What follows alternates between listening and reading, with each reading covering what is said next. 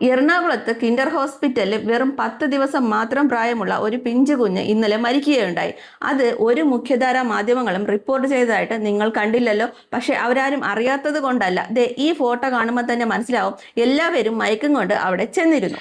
എന്തുകൊണ്ട് ഈ അമ്മയുടെ കണ്ണുനീർ ആരും കാണാതെ പോയി? ആ ആശുപത്രിയുടെ ഒരു ടാഗ് ലൈൻ സംരക്ഷിക്കാൻ വേണ്ടി അവർ ചെയ്ത കടുംകൈയാണ് ആ കുഞ്ഞിന്റെ മരണകാരണമെന്ന് ആ കുഞ്ഞിന്റെ അമ്മ പറയുന്നത് നിങ്ങളൊന്ന് കേട്ടു നോക്കൂ. പറയുന്നത് പൾമണറി ഹൈപ്പർടെൻഷൻ വന്നിട്ടാണ് കൊച്ചിന് ഇത് സംഭവിച്ചിരിക്കുന്നത്, വേറെ ഒന്നും കാണുന്നില്ല എന്ന് പറഞ്ഞു. അത് ഇവരെ അറിയിക്കാൻ വേണ്ടിയിട്ടാണ് ഞാനിപ്പോ ഇങ്ങോട്ട്.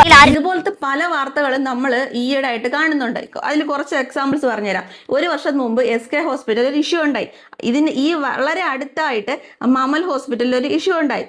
ഇപ്പൊ ഈ കിൻഡർ ഹോസ്പിറ്റലിലെ ഇഷ്യൂ ഇതൊന്നും നമ്മുടെ മുഖ്യധാര മാധ്യമങ്ങളോ നമ്മുടെ ഇൻഫ്ലുവൻസേഴ്സോ അല്ലെങ്കിൽ നമ്മുടെ യൂത്ത് കോൺഗ്രസോ ആരും കാണില്ല. പ്രത്യേകതര അന്ധതയാണ് ഇത്തരം വിഷയങ്ങളിൽ ഇവർ കാണിക്കുന്നത്. വന്നിരുന്ന് ഘോരം ഈ വീഡിയോയ്ക്ക് മുന്നിൽ പറയുന്നുണ്ടല്ലോ ഗവൺമെന്റ് ഹോസ്പിറ്റൽ അങ്ങനെയാണ് ഇങ്ങനെയാണ് എന്നൊക്കെ. അപ്പോഴെങ്കിലും നിങ്ങൾ ആരെങ്കിലും എപ്പോഴെങ്കിലും ഒരു ഫാക്ട് ചെക്ക് നടത്തുന്നുണ്ടോ? എത്ര കോടി ആൾക്കാരാണ് ഒരു വർഷം നമ്മുടെ ഗവൺമെന്റ് ഹോസ്പിറ്റലിനെ ആശ്രയിക്കുന്നതെന്ന്? ഏകദേശം 12 കോടി ജനങ്ങൾക്ക് മുകളിലാണ് ഒരു വർഷം നമ്മുടെ ഗവൺമെന്റ് ഹോസ്പിറ്റലിനെ ആശ്രയിക്കുന്നത്. അതിനിടയിൽ ഈ 5 വർഷത്തിനിടയിൽ വെറും 47 കേസുകൾ, ഒരു കേസ് പോലും വരാൻ പാടില്ല എങ്കിലും 47 കേസുകളാണ് പരാതിയായിട്ട് വന്നിട്ടുള്ളത്. എന്നാൽ സ്വകാര്യ ആശുപത്രിക്കെതിരെ ഉയർന്ന പരാതികൾ 600-നും മുകളിലാണ്.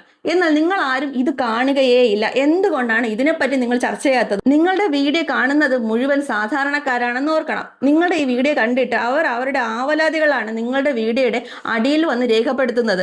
നിങ്ങൾക്കൊക്കെ എന്ത് പ്രതിബദ്ധതയാണ് അവരോടുള്ളത്? ഗവൺമെന്റ് ഹോസ്പിറ്റലിനെ താറടിച്ച് കാണിക്കുമ്പോൾ അങ്ങോട്ട് പോകാനുള്ള അവരുടെ ഒരു ആത്മവിശ്വാസത്തെയാണ് നിങ്ങൾ അവിടെ നശിപ്പിച്ച് കളയുന്നത്. 47 കേസുകളെ പർവ്വതീകരിച്ച് നിങ്ങൾ കാണിച്ച് ജനങ്ങൾക്കിടയിൽ ആശങ്കയും ആശയക്കുഴപ്പവും പേടിയും ഒക്കെ ഉണ്ടാക്കും. നിങ്ങൾ ഒന്നോർക്കണം, എത്രയോ ലക്ഷക്കണക്കിന് കേസുകൾ ഗവൺമെന്റ് ഹോസ്പിറ്റലിൽ നിന്ന് സുഖം പ്രാപിച്ച് നല്ല രീതിയിൽ പോയിട്ടുണ്ട്. എന്തിനെങ്കിലും പറ്റി ഒരു വീഡിയോ എങ്കിലും ചെയ്യാൻ നിങ്ങൾ ആരെങ്കിലും തയ്യാറുണ്ടോ? അതില്ല. ഈ ഒരു വീഡിയോയിൽ കാണുന്നത് 22 ലക്ഷം രൂപ കൊടുത്ത് കരൾ മാറ്റി വെച്ച ഒരു സഹോദരന്റെ അവസ്ഥയെ പറ്റിയാണ്. അദ്ദേഹം 2 ദിവസം, അതായത് കരൾ മാറ്റി വെച്ച് അടുത്ത ദിവസം തന്നെ അദ്ദേഹം മരണപ്പെടുകയും എന്നാൽ ആഫ്റ്റർ മെഡിസിറ്റിക്കാര് അദ്ദേഹത്തിന്റെ അവയവങ്ങൾ ദാനം ചെയ്യണമെന്ന് അദ്ദേഹത്തെ ഫാമിലിയോട് അറിയിച്ച് അവരത് ദാനം ചെയ്തപ്പോൾ 28 ലക്ഷം രൂപയ്ക്ക് മറ്റൊരാൾക്ക് ഈ തുന്നിച്ചേർത്ത കരൾ പോലും മാറ്റിവെച്ച സംഭവം ഉണ്ടായി. ഏതെങ്കിലും ഇൻഫ്ലുവൻസേഴ്സ് ഇതിനെപ്പറ്റി സംസാരിക്കുന്നത് നിങ്ങൾ കണ്ടു? ഗവൺമെന്റ് ഹോസ്പിറ്റലിനെ പറ്റി കേൾക്കാറുണ്ട്. അവിടെ ബെഡില്ല, അവിടെ തറയിൽ കിടക്കേണ്ടി വരും. ഒരു കാര്യം ആലോചിക്കണം, ഗവൺമെന്റ് ഹോസ്പിറ്റലിലേക്ക് വരുന്ന എല്ലാവരെയും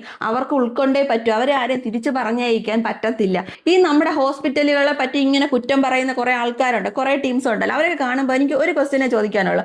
നമ്മുടെ ഹോസ്പിറ്റലുകൾ പോലും കിട്ടാനുള്ള അർഹതപ്പെട്ട കുറെ ഫണ്ടുകൾ കേന്ദ്രം തടഞ്ഞു വെച്ചിട്ടും നമ്മുടെ ആശുപത്രികൾ നവീകരിക്കാനും നല്ല രീതിയിൽ പ്രവർത്തിപ്പിക്കാനും ഒക്കെയുള്ള ഫണ്ടുകൾ തടഞ്ഞു വെക്കുമ്പോൾ അതിനൊക്കെ എതിരെ ഒരു വീഡിയോ ചെയ്തിട്ടുണ്ടോ നിങ്ങൾ?